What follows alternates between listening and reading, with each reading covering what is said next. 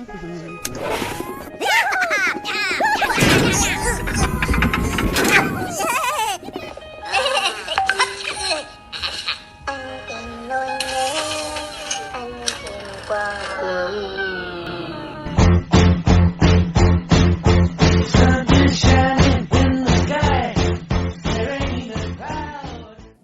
a todos, nosotros somos estudiantes de la Universidad Peruana de Ciencias Aplicadas y nos encontramos cursando el curso de Contabilidad General. Mi nombre es Maricela Salazar Ruiz y el día de hoy vamos a hablarles acerca de la ecuación contable. Para comenzar, debemos de tener muy en claro que dentro del proceso de la contabilidad es donde encontramos a la ecuación contable, la cual consta de llevar las transacciones con las que inicia el proceso al registro contable y luego ello va a pasar a los libros contables, es decir, los libros diarios y los libros mayores, lo que luego pasarán al balance de comprobación y al finalizar llegarán a los estados financieros. Pero, ¿qué son las transacciones? Bueno, estos son un evento o actividad de índole económico y estos deben de ser registradas de manera fiable. Además, para poder conocer más sobre esto, tenemos que saber que la ecuación contable es la igualdad de los 5 elementos de la contabilidad. Es decir, que el activo son todo lo que una empresa tiene, las cuentas del pasivo son todo lo que una empresa debe y el patrimonio son las cuentas patrimoniales más los ingresos menos los gastos. Ahora pasaremos a explicar cada uno de ellos. El activo es todo lo que la empresa tiene como recursos, bienes, derechos, etcétera, que generan un beneficio a futuro. Entonces, dentro de las cuentas de activo, las más comunes son el efectivo y los equivalentes de efectivo. Además, las cuentas por cobrar, la mercadería, inventario o existencias, propiedad, planta y equipo son los bienes, recursos y derechos que la empresa tiene.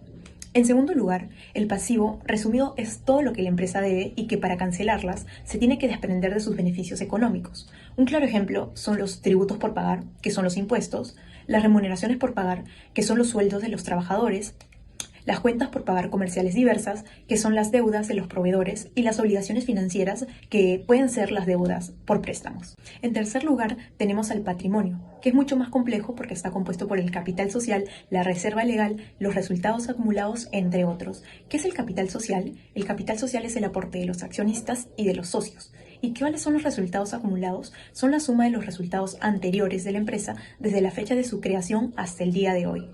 Entonces, para ser más claros, el resultado de este año o de este mes y el resultado del ejercicio no es más que los ingresos menos los gastos, donde dentro de los ingresos están todos los beneficios obtenidos a través de las ventas de bienes o servicios del rubro de la empresa.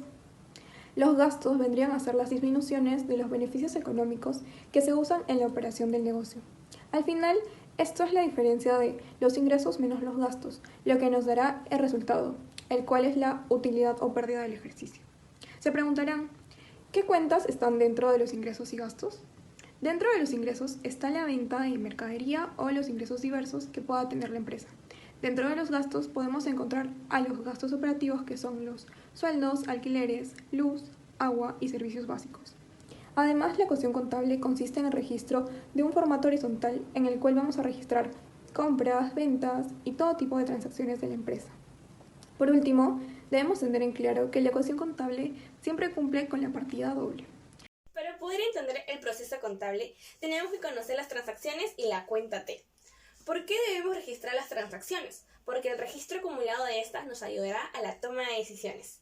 Las mencionadas transacciones son eventos o acontecimientos con efecto en la situación financiera de una empresa. Se usa la cuenta T siguiendo las reglas o dinámicas de cuenta, reglas de cargo y abono. Para entender todo esto tenemos que conocer la estructura del Plan Contable General Empresarial o PSG, que se utiliza en el registro de las transacciones de contabilidad para lograr el correcto proceso contable. Como sabemos, para poder llevar a cabo el proceso contable se empieza con el registro de las transacciones, pero primero debemos conocer el PSG, que está compuesto por todas las cuentas contables del Plan Contable y se divide por elementos.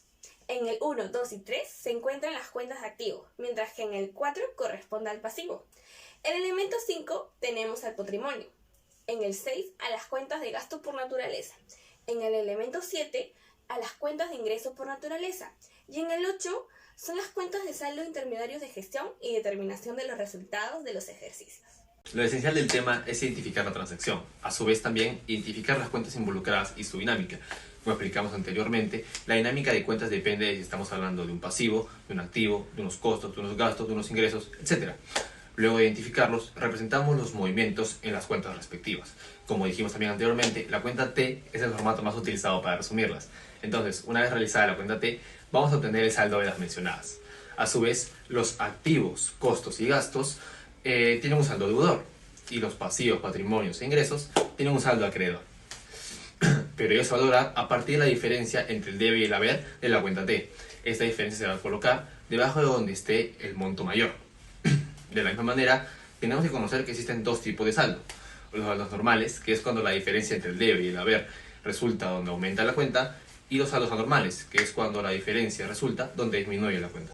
Podemos llegar a la conclusión que la ecuación contable nos permite conocer los elementos de la contabilidad y aplicarlos en las transacciones. También nos permite ver cómo los movimientos pueden afectar a una empresa por medio de si la ecuación contable nos da como resultado utilidad o pérdida en el periodo. Nos ayuda a entender los elementos de la contabilidad, nos ayuda a verlos de manera separada y a poder registrarlos e identificar la transacción. Por último, nos ayuda a identificar si esta transacción tiene o no tiene movimiento patrimonial. Muchas gracias.